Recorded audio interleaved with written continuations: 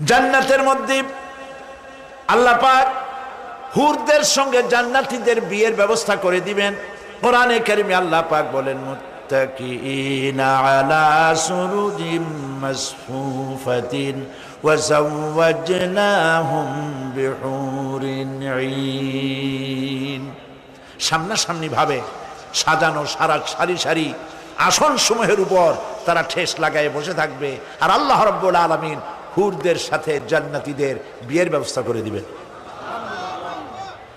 যেসব হুরের সঙ্গে বিয়ে হবে তাদের আল্লাহ পাক বিবরণ দিচ্ছেন কি রকম হবে তারা। লাম ইয়াতমিসহুন্না ইনসুন ওয়ালা জান। এর পূর্বে জিন এবং ইনসান এদেরকে কেউ স্পর্শ করে নাই। কি রকম তারা? কাআন্নাহুন্নাল ইয়াকুতু ওয়াল মারজান। যেমন ঝিনুকের ভিতরে মণিমুক্তা থাকে, এইভাবে আল্লাহ পাক তাদেরকে পবিত্র করে রেখে দিয়েছেন। আমার প্রিয় ভাইরা, আল্লাহ রাব্বুল আলামিন কোরআনে কারীমের ভিতরে বলেছেন, ফাবিআইয়ি আলা'i রাব্বিকুমা তুকাযযিবান। জান্নাত দান করে আল্লাহ পাক এবার জান্নাতীদেরকে সম্বোধন করে বলবেন, ইয়া ইবাদি লা খাউফুন আলাইকুমুল ইয়াওমা ওয়ালা আনতুম তাহজানুন। হে আমার বান্দারা, লা খাউফুন আলাইকুমুল ইয়াওম, আজ আর কোনো ভয় নাই। সুবহানাল্লাহ, সুবহানাল্লাহ।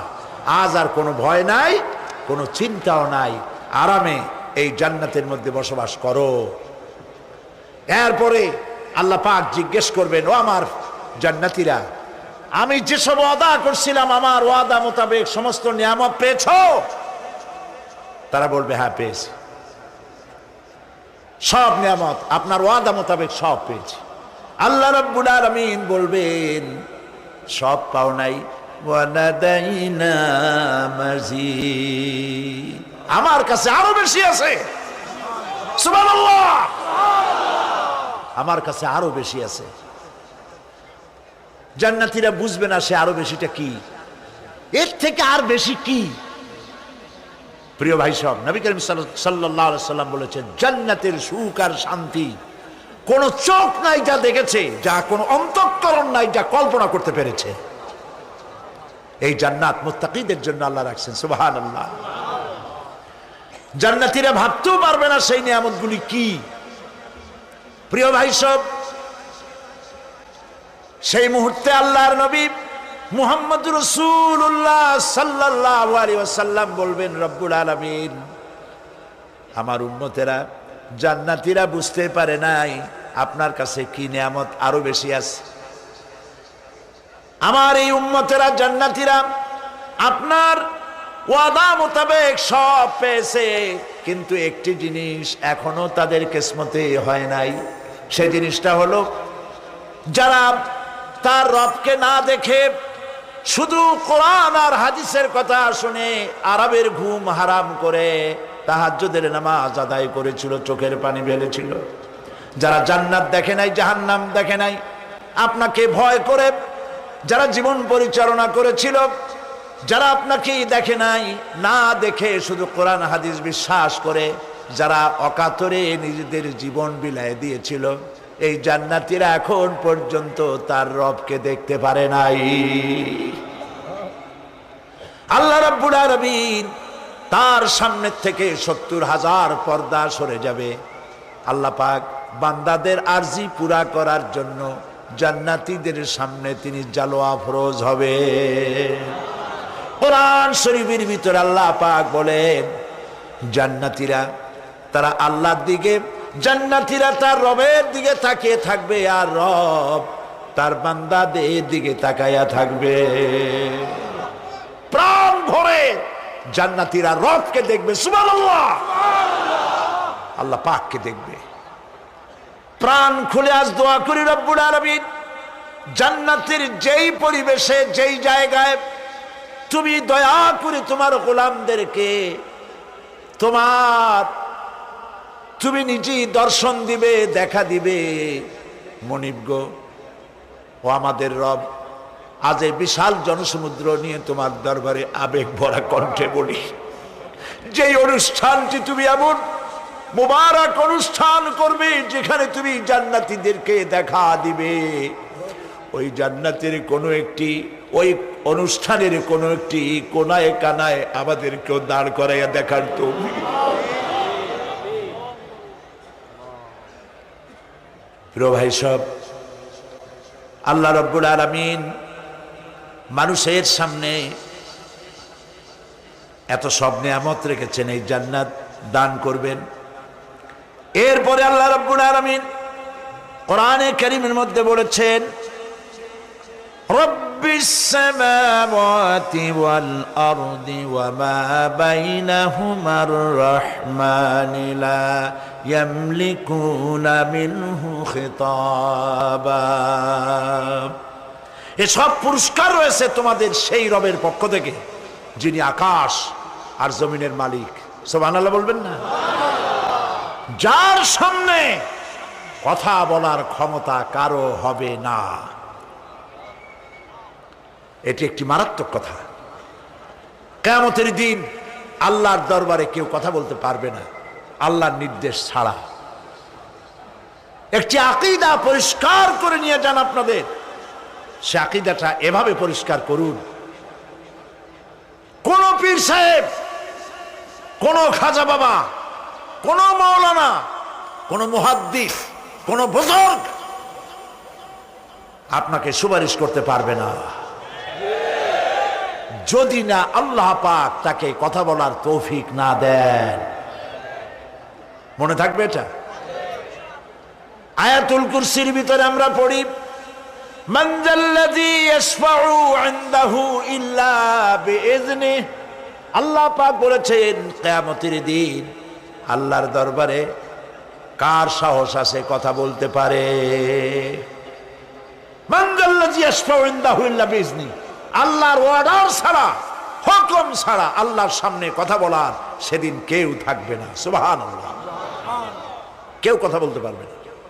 সুপারিশ করতে হবে আল্লাহ যারে বলেন তুমি করো, অমুকের জন্য করো, সেই ব্যক্তি শুধু তার জন্যই করতে পারবে, আর কেউ কথা বলতে পারবে না।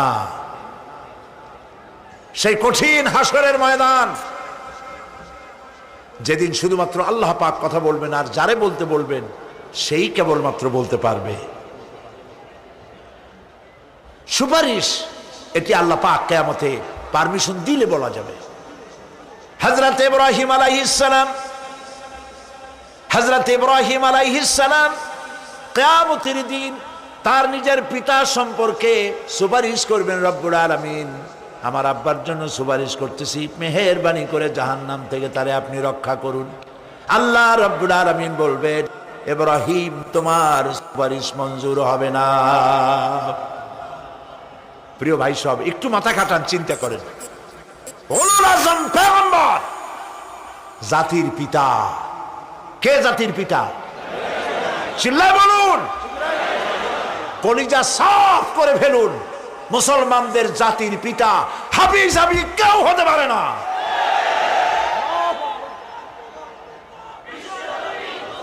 মিল্লাতা আবিকুম ইব্রাহিম। ইব্রাহিম আলাইহিস সালাম এই মিল্লাতের পিতা। সুবহানাল্লাহ। হযরত ইব্রাহিম আলাইহিস সালাম কিয়ামতের দিন বলবেন, আল্লাহ আমার আব্বার জন্য সুপারিশ করছি। আল্লাহ পাক বলবেন মঞ্জুর হবে না। আজর তোমার পিতা হতে পারে, কিন্তু আমার খলিলকে আগুনে ফেলার জন্য নমরুদকে সে সহযোগিতা করেছে, আমি তোমার পিতাকে ক্ষমা করব না। নবী করিম সাল্লাল্লাহু আলাইহি সাল্লামকে সাহাবায়ে কেরাম জিজ্ঞেস করেছেন, হে রাসূল আপনার আব্বা এবং আম্মার অবস্থা কি হবে? নবী করিম সাল্লাল্লাহু আলাইহি সাল্লাম কেঁদে ফেলেছেন, সব বলেছেন আমি তাদের কোনো উপকারে আসব না। আল্লাহু আকবার। আপনি মনে করছেন নাকি যে ইয়া নবী সালাম আলাইকা বলি অমনি নবী সুপারিশ পাবেন? এত সহজ। কতগুলো রসগোল্লা খাইলেন আর বড় একটা মিছিল করলেন আর অমনি চলে যাবেন? পৃথিবীর সব মানুষ সাহাবায়ে কেরাম বাদ দেন, পৃথিবীর সমস্ত মানুষ একত্রিত হয়ে আবু তালেব রাসূলুল্লাহকে যে ভালোবেসেছেন, ওর 1000 ভাগের 1 ভাগও সারা দুনিয়ার মানুষ রাসূলুল্লাহকেই ভালোবাসতে পারবে? পারবে?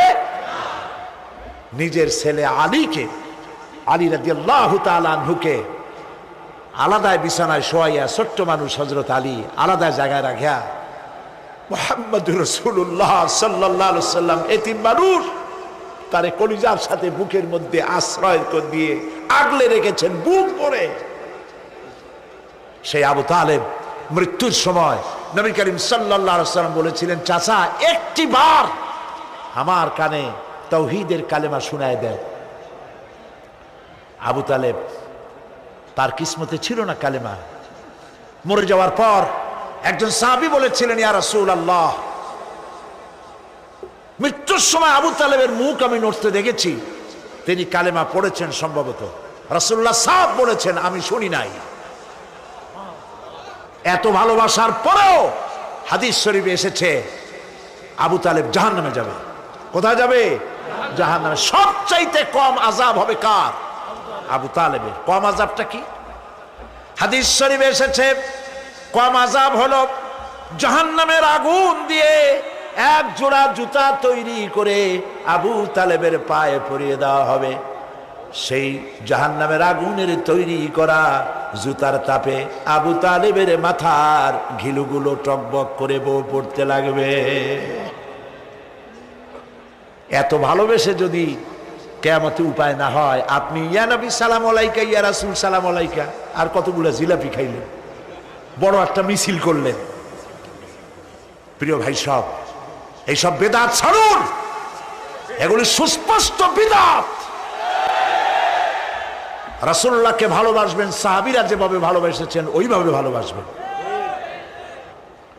আল্লাহ রাব্বুল আলামিন বলেন, যালিকাল ইয়াউমুল হক ফামান শাআ আত্তাখাযা ইলা রাব্বিহি মাআবা। এই দিনটি অবশ্যই আসবে, সেদিনটি নিশ্চিতভাবে আসবে। আর এখন যার ইচ্ছা সে তার রবের দিকে অগ্রসর হোক। ইন্না আনজারনাকুম আযাবান করিবান ইয়াওমা ইয়ানজুরুল মার'উ মা কদ্দামাত ইয়াদাহু ওয়া ইয়াকুলুল কাফিরু ইয়া লাইতানি কুনতু তুরাবা। ইন্না আনজারনাকুম আযাবান করিবা, খুব নিকটবর্তী একটি আযাব সম্পর্কে আমি তোমাদেরকে সতর্ক করে দিলাম। কে বলতেছেন? আল্লাহ পাক। লক্ষ্য করুন আল্লাহ কি বলছেন, খুব নিকটবর্তী একটি কঠিন শাস্তি, আযাব অর্থাৎ কিয়ামত, এ সম্পর্কে আমি তোমাদেরকে সতর্ক করে দিলাম। ইয়াউমা ইয়ানজুরুল মার'উ মা কদ্দামাত ইয়াদাহু, সেদিন প্রত্যেকটি লোক যা সে পাঠিয়ে দিয়েছিল এখানে, অর্থাৎ যা করেছিল সেগুলি সে দেখতে পাবে। আর তখন ওয়ায়াকুলুল কাফিরু ইয়া লাইতানি কুনতু তুরাবা। সেই কিয়ামতের ময়দানে অবস্থা দেখে কাফেররা বলবে, আহারে মানুষ না হইয়া যদি মাটি হইয়া যেতাম, যদি মাটি হতাম, যদি মানুষ না হয়ে না জন্মতাম, আজ এই হাসরের ময়দানে এইখানে এই বিচারের মুখোমুখি হতাম না, মাটি হইলে বরং অনেক ভালো হতো। এই পৃথিবীতে আমরা এসেছি, চলে যাব, যাওয়ার আগে এই কোরআন একটি বিশাল জনগোষ্ঠী এমন বানাতে চেয়েছে যে জনগোষ্ঠী এই কোরআন দিয়ে একটি বিশাল সমাজ গড়বে, রাষ্ট্র গড়বে, এমন রাষ্ট্র গড়বে যেই রাষ্ট্রে দুঃখ থাকবে না, অশান্তি থাকবে না, যেখানে সুখ থাকবে, সমৃদ্ধি থাকবে, আর কিয়ামতের দিন আল্লাহর জান্নাতে তারা চলে যাবে। তেমন একটি সমাজকে আমরা চাই। সবাই বলেন সেরকম একটি সমাজকে আমরা চাই। প্রিয় ভাই সব, কিয়ামতের দিন আমরা যেতে চাই জান্নাতে। কোথায় যেতে চাই বলেন? জোরে বলেন। এই জান্নাতে যাওয়ার জন্যে, এই জান্নাতে যাওয়ার জন্য দুইটা কাজ করতে হবে। কয়টা কাজ? আল্লাহ রাব্বুল আলামিন বলেন, ফামান কানা ইয়ারজু লিকা রাব্বিহি ফালইয়ামাল আমালান সালিহান ওয়া লা ইউশরিক বিইবাদাতি রাব্বিহি আহাদা। আল্লাহ পাক বলেন, যে বাজারা আমার সঙ্গে দেখা করতে চায় কিয়ামতে, দুইটা কাজ করা লাগবে। বলেন কয়টা কাজ? একটা হলো নেক আমল। কি আমল বলেন? নেক আমল। নেক আমল কারে বলে? নেক আমল করতে হলে আবার দুইটা শর্ত লাগে। এক নম্বরে কাজটা করতে হবে আল্লাহরে খুশি করার জন্যে। কারে খুশি করার জন্য? একটা মাদ্রাসা বানাইছি যাতে লোকেরা বলে যে বড় একটা মাদ্রাসা বানাইছে, এই জন্য মাদ্রাসা বানাবেন, মসজিদ বানাবেন, হসপিটাল বানাবেন, যা কিছু করেন নিয়ত হবে আল্লাহকে খুশি করা। নিয়ত হবে কারে খুশি করা? আল্লাহ পাককে খুশি করা। এই হলো নেক আমলের প্রথম শর্ত, কাজ হবে আল্লাহকে খুশি করার জন্য। দুই নম্বরে কাজটি হতে হবে সুন্নতে নববী সাল্লাল্লাহু আলাইহি ওয়াসাল্লামের উপরে। মনে থাকবে, দাড়ি রাখবো। কেন রাখবো? রাসূলের সুন্নত। রাখবো কারে খুশি করার জন্য? আল্লাহকে খুশি করার জন্য। রাখবো কার মতো? রবীন্দ্রনাথের মতো, কার্ল মার্কসের মতো, কবির মতো নয়। রাখতে হবে কার মতো? নবীর মতো। বুঝে নেন, কাজটা হতে হবে আল্লাহকে খুশি করার জন্য। দুই নম্বরে কাজটা হতে হবে সুন্নতে নববী সাল্লাল্লাহু আলাইহি ওয়াসাল্লামের উপরে হতে হবে। তাহলে এই হলো এক নম্বর। জান্নাতে যাওয়ার জন্য, আল্লাহর সাথে দেখা করার জন্য এক নম্বরের কাজ হলো নেক আমল। বলেন এক নম্বরের কাজ কি? দুই নম্বরের কাজ ওয়ালা ইউশরিক বিইবাদাতি রাব্বিহি আহাদা। আল্লাহ রাব্বুল আলামিনের ইবাদতের সাথে কাউকে শরীক স্থাপন করা যাবে না। আমরা যারা মুসলমান, অধিকাংশ মুসলমান শিরকের ভিতরে মুবতালা হয়ে আছে। বিশ্বাস করেন কিনা বলেন? কাফেরেরা তো মুশরিক আছেই, ওরা তো মুশরিক আছেই, কিন্তু আমরা মুসলমানেরা আমাদের আমলের মধ্যে আমাদের অজান্তে সবের নিয়তে অনেক শিরক আমরা করে বসি। নাউজুবিল্লাহ। বলেন নাউজুবিল্লাহ।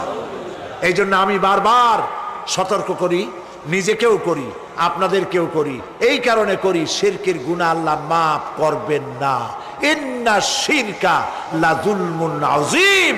শিরক মস্ত বড় অপরাধ, জল, আল্লাহ মাফ করবেন না। আল্লাহর কাছে কান্দে কান্দে মাফ চাওয়া লাগবে যে আল্লাহ শিরক থেকে আমাকে রক্ষা করো, বাঁচাও। অনেক গোপন শিরক আছে। মাজারে যান, পীর সাহেবের কাছে যান, মনে যদি নিয়ত থাকে উনি ফু দিলে আমি ভালো হবই, উনি তাবিজ দিলে আমার বাচ্চা হবেই, উনি আমারে দয়া করলেই আমার ব্যবসায় উন্নতি হবেই, এইটার নাম শিরক। এটার নাম কি? ওয়াইজা সাআলতা ফাসআলিল্লাহ ওয়াইজা ইসতাআনতা ফাসতাইন বিল্লাহ। যা বলার আল্লাহরে বলো, আর যা চাওয়ার কার কাছে চাও? চিল্লায় বলেন। কলিজাটাকে পরিষ্কার করে যান আজকের মাহফিলে। এই কলিজায় কারো প্রতি কোনো ভয় রাখবো না আল্লাহ ছাড়া। ভয় করবো কারে বলেন? মহব্বত আল্লাহ ছাড়া, এত বেশি মহব্বত আর কাউকে করব না। আল্লাহ তাআলা আমাদের কলিজায় তোমার ভয় এবং মহব্বত দিয়ে ভরে দাও। রাসূলের মহব্বত দিয়ে আমাদের দিলকে ভরে দাও।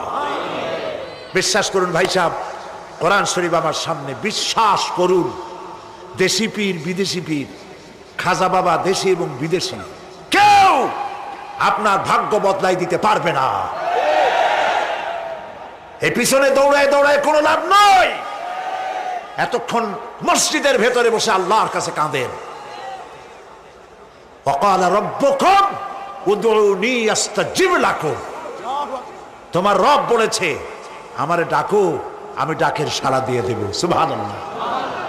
আর আল্লাহ বলেছেন আমার ইবাদতের সাথে কাউকে শরীক করবে না। খবরদার। আলাইসাল্লাহু বিকাফিন আবদা। আল্লাহ প্রশ্ন করছেন, আলাইসাল্লাহু বিকাফিন আবদা, আমি কি আমার বান্দার জন্য যথেষ্ট নই? চিল্লায় বলুন অবশ্যই যথেষ্ট।